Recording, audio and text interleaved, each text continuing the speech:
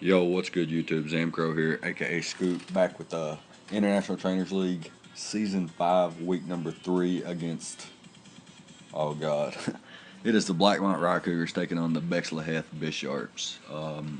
Coached by one of my goodest, one of my best and oldest friends in the community, and not in terms of his age, in terms of how long we've known each other. It goes way back to me versus back when he was the champion of a league called well, I don't know if he was champion of the league. Well, I think he was champion of the league. He had defeated the league, become champion. It was like a gym type league where you defeat all the like monotype gyms or whatever, which was a bunch of other competitive players. And Andy was the champion, and I hadn't challenged that league yet or even thought of it. But a league that I was challenging, the champion of that league was challenging the league he was champion of. Made it to the finals against him, and Andy bopped him. Like a guy that was supposed to be one of the best on that site. Andy bopped him, and it was pretty good. I actually even asked Andy if I could borrow the team he used. I believe it was like Septal, Azu, Heatran, Gengar, Skarmory, a few other mons. I don't really remember. But yeah, Andy's one of my really, really good buddies. Known him for the longest, and he's a fantastic battler. One of the best OU players I know in terms of Oris. I know he doesn't play OU as much, and DPP or Black and White. I'm not sure how far it goes back, but he's always been a competent and very accomplished OU player when it comes to Smugon. And I know he's into VGC now, and he's phenomenal in league format, always bringing some sort of heat. He, I had him join. I recruited him and got him into the MLP where I'm host or whatever, and he made it to the finals in season 1. Lost to I guess he made an aggressive play, and it's kind of a choke on his play on his part, but his opponent really did misplay and didn't make the correct play, and that made Andy make the wrong play. But yeah, Andy is 2-0 with a +6 differential, and we are 0-2 with like a -3 differential. So this is like a very intense matchup. It is, and he's got a very intense team. As you know, if you've been keeping up, we do have Victini, Manaphy, Shaman, Zapdos, Cofagrigus, Nidoqueen, Florges, Lucario, Sneasel, Druddigon, and Oranguru, with Lucario being our Zmon. Z Crystal holder, and his team consists of Magearna, which is his Z Crystal holder, Latios, Tornadus Therian, Crocodile, Alola Marowak, Greninja, Torrent Greninja, of course, Rotom or Cut, whatever you say, Nihilego, Hitmontop, Escavalier, and Aurorus. Now, when I see teams, I scout the previous battles. Magearna, Nihilego, Torrentee, Latios, Crook, Alola Marowak, they shouldn't be allowed on the same team. And he drafted another God Squad, of course, and he is wrecking shop so far. I believe his top 2 killers are Nihilego and Greninja. I'm not sure off the top of my head, but we're not doing that well, and we need a win, and we need it now. But of course, we do take on Andy, so the win's nowhere near going to be easy. That being said, I do bring a little somewhat unorthodox team where I start with like just mostly offense and a little defensive backbone for certain threats. I do bring Trick Room, Nasty Plot, Shadow Ball, Hidden Power Fighting, Cofagrigus, Quiet Nature, Max Special Attack, Max HP, just for longevity with leftovers, and the Mummy ability, of course. This thing can potentially win once everything's weakened enough. Mostly on his team, if that's Assault Vest Tornadus Therian, I need it weakened a lot.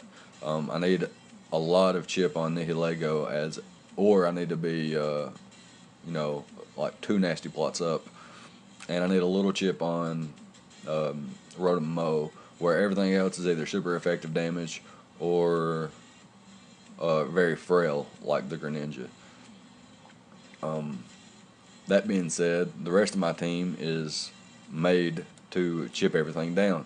Choice Scarf Victini with U-Turn, V-Create, Zen Headbutt, and Flare Blitz. Now I have Flare Blitz in case it gets late game, and I don't want my speed to be dropped. so I have Flare Blitz there instead. I know that it's recoil, but I live. You know what I'm saying? I'm not like he can't revenge kill me. If I'm outspeeding all of his mons, he can't revenge kill me if I have Flare Blitz. Like I have to die to my own recoil. So that's why that's there alongside of V Create. V Create's there to nuke. Actually, he didn't bring anything that I just straight up nuke besides the Torn and the Rotom Mow. So I doubt I even click V Create in this match.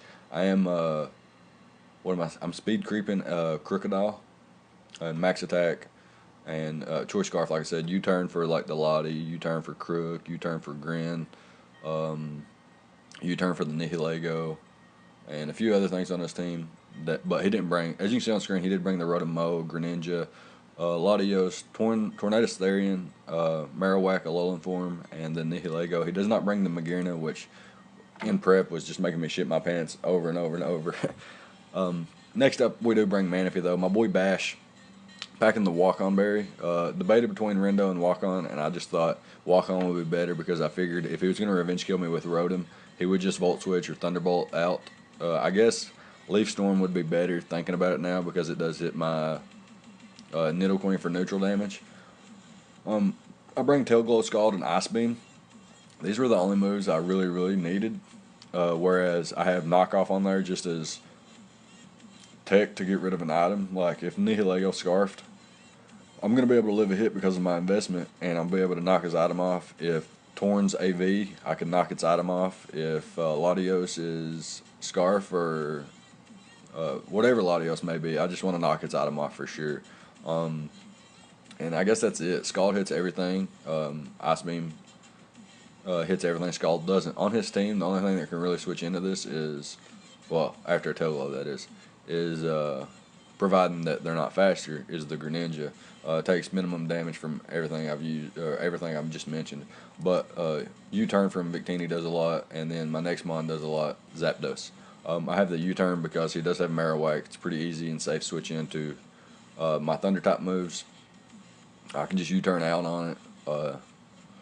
I force out the Thunders, or the Tornadus, excuse me. The Tornadus Therian's forced out. The Greninja's forced out, and I can just U-turn predicting the Marowak to come in. And then once Marowak is down, I can click Thunderbolt pretty freely. Whereas I can still U-turn on Latios and U-turn on the Rotom Mow.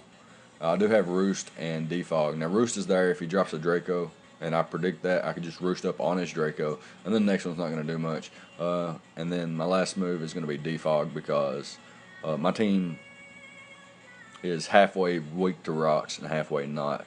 And what I mean by that is 3 of my mons are weak to rocks, and I don't want to take rock damage if I don't have to. If it comes down to it, though, I will leave rocks up to make sure that mine stay up. Whereas we both only have defoggers in this matchup. I think maybe in our entire draft we only have defoggers. But my Zapdos is more physically defensive than it is specially defensive. It is bulky on both sides, but mostly physically defensive with a little speed investment. I'm not exactly sure what I'm speed creeping, but I do have some speed creep investment there. Next up is going to be Nidoqueen. I have a Spadef Nidoqueen with enough speed to outspeed max speed Magearna, so I can revenge kill it. Enough investment to take on Nihilego even after a Beast Boost, as long as it doesn't have like a super effective move like Hidden Power Ground or Earth Power or Earthquake or some kind of ground type move or some kind of psychic type move. I do have Stealth Rocks and Taunt, as well as Dual Stab and Sludge Wave and Earth Power. And I don't have enough investment to do any damage. I do pack the Black Sludge just so for longevity. And if he wants to trick me with any of his trick mons, such as Latios or the Rotom Mow, he does get the Black Sludge instead of leftovers. And I pack the Stealth Rock and the Taunt just because it's a little bit better.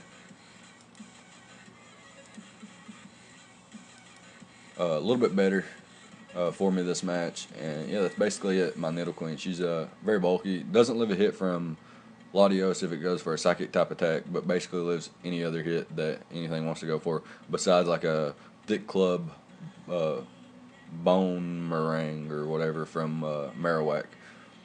Next up is going to be one of my mons that actually does put in a lot of work, and Now it's going to come down to either my Pythagoras or my Sneasel that's going to win this match for me. I'm not sure which one yet. Well, I wasn't sure before the battle. Obviously, I know which one would win for me now. But I bring a choice band set, enough speed to outspeed Latios with knockoff, icicle crash, ice shard, and pursuit. Now, pursuit forces a lot of 50-50s, which I do not want. I do not want 50-50s unless it's absolutely necessary. I will most likely just click knockoff, and then in the late game, if it comes down to it, ice shard should be able to do the trick. Like I said, choice banded, max attack, and enough speed to outspeed Latios. The rest nothing HP for longevity. Live rock hits and take maybe a resisted hit. Don't really want to take a hit. Very, very frail. This is one of the frailest mons on my team when it comes down to it. That being said, we can go ahead and hop into the battle here, I suppose. I guess I rambled on long enough, and we can just see how this actually did go. Oops, sorry about that, guys. Just gonna fix this real quick. So he leads Greninja, and I lead Zapdos, and I know he's got to switch out. He can't let me just Thunderbolt him, or he's going to U-turn out or something. Or he fears me to be Choice Scarf, and he just hard switches out into his Marowak. I'm just going to click U-turn. Like I said, it was my safest play because I know Marowak's a pretty simple switch in here. I do U-turn out. I'm going to be able to go into my Nidoqueen or my Sneasel and just click Banded Knockoff. Now, I chose to go into Sneasel here because he doesn't exactly have a switch in, as where if I did go into Nidoqueen, he has 3 things that levitate. So I think this was definitely my better play. And I just click Knockoff here. Go for the Knockoff. He switches in Greninja, the only mon on his team that can take a Banded Knockoff and not lose like 70% of his HP. And he does lose 50% though. And here I'm going to hard switch right back out into Zapdos. Don't want to take any unnecessary damage. So he goes for the U-turn. So he gets initiative right back, and the momentum swings back in his favor as he brings in Nihilego. Now he's got a few plays he can make here. He could go for the Power Gem and try to knock me out, which if he's very offensive, it probably would knock me out as I don't have that much Spadef investment. Or he could just go for Safe Rocks. Well, I guess Rocks is more aggressive, predicting me to switch, whereas clicking Power Gem just, is the safer play. But he's a really good player, so he's just going to click Rocks knowing I'm switching out. And he does get his Rocks up. I go into my Nidoqueen, which is designed to take on Nihilego, and I'm just going to set up my own Rocks, predicting him to switch out. So now he's got the Latios in. I don't pack Sucker Punch. I really debated packing Sucker Punch on here for these 50-50s right here. Now, he could go for the Psychic, but I do have a Dark type in the back. Or he could go for the Draco Meteor, predicting my Sneasel to come in, and it would just drop me. He might not have Draco Meteor. He might have Dragon Pulse, which still does a shitload to Sneasel. If not, knocks me out after like 2 rounds of Rocks. If not 1 round of Rock. That being said, I know he's not going to just, okay, like, here's my thoughts process. He's not going to set up a Calm Mind because I have Sneasel that Revenge kills. He has to know I'm banded now after the damage I did to Grin. That being said, I'm just going to hard switch out here into my Zapdos, I believe, and take a Dragon Pulse. Now, if I had a little bit of Spadef investment, which would have actually been better this matchup, now looking at it, because his only physical attacker that he brought was the Alolan Marowak. Spadef Zapdos helps better against a lot of us other mons. I brought Fizdef because of Marowak and Crocodile, and it looks like just a little bit of Spadef investment would have allowed me to live this, would have prevented this from being a 2-hit KO. Now, he might have Draco Meteor in the back, and he might not have risked this roll right here if I was a little bit more Spadef invested. But he's going to be able to 2-hit KO me with Dragon Pulse. And then I'm just going to bring back in Sneasel and click Banded Knockoff again. And it's going to do a lot to Grin, even if he does switch out. I could have clicked Pursuit there, but it was a 50-50. I didn't want to click Pursuit and him stay in. And I don't know his item yet, so he could have been Choice Scarf. So I was definitely going for the knockout, Because if I click Pursuit there and he was Scarf, he could just 2-hit KO me. Because my Pursuit wouldn't have been able to knock him out. So I do go for the knockoff. He lives on 6%. Showdown says 5.7 or some bullshit. But yeah, he's just going to go. I'm going to hard switch into my Manaphy as he goes for the Hydro Pump. He gets a crit. Now, in terms of, like, it didn't really matter. It's a resisted hit, so I guess it did matter. I guess it does matter. It matters. The crit matters. It forces him to go for a different move on the following turn. So I guess it really does matter in hindsight. Now, my play here is 100% to click Ice Beam. Any other play is done by me. But I am actually going to click Scald. Ice Beam was my play. It does more to Rotom, which he goes into. It does more to Torn. It does more to Latios. There's no way he's bringing in Marowak, and there's no way he's bringing in Nihilego. My play there was 100% Scald or Ice Beam because it kills the Grin at 5%, and it does more to his switch ins. I do get a crit back, so I guess that evens things up. And here, my walk-on berry isn't going to get to play a role. I did maybe predict that he would go for a Volt Switch, but I think this was his better play, in my opinion. Now here, I'm going to take a chance here and go into Cofagrigus. And I'm going to Trick Room up on turn 1 here, or I guess turn 11. First turn I bring Cofagrigus in. I'm going to Trick Room up, predicting him to switch out. If he wants to stay in and keep going for Leaf Storm, that's fine, because his special attack is just going to keep dropping. But he's a good player, so he's definitely going to hard switch out.